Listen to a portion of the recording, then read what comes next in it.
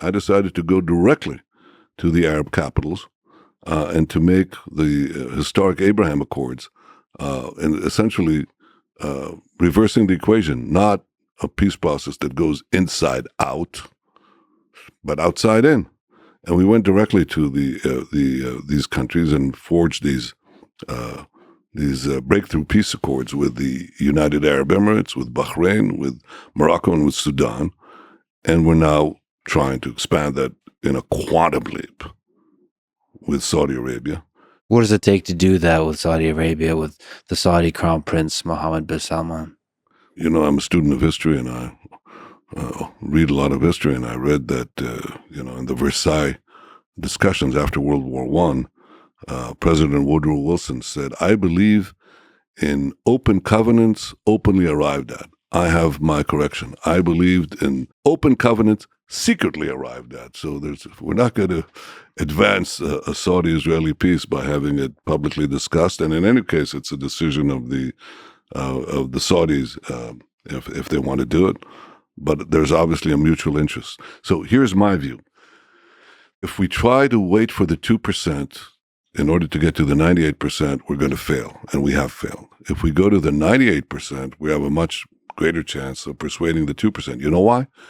Because the 2%, the Palestinian hope to vanquish the state of Israel and not make peace with it, is based, among other things, on the assumption that eventually the 98%, the rest of the Arab world, will kick in and destroy the Jewish state, help them dissolve or destroy the Jewish state.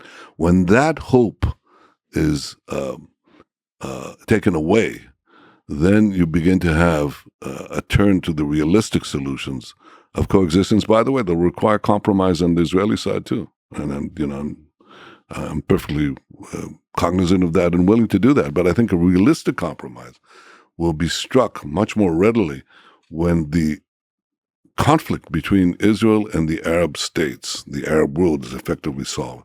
And I think we're on that path. It was a conceptual change, just like, I've been involved in a few. I told you the conceptual battle is always the most difficult one. And, I had to fight this battle to convert a semi-socialist state into a free market capitalist state. And I have to say that most people today recognize the power of competition and the benefits of free markets. So we also had to fight this battle that said you have to go through the Palestinian strait, STRAIT, to get to the other places. There's no way to avoid this. You have to go through this impassable pass.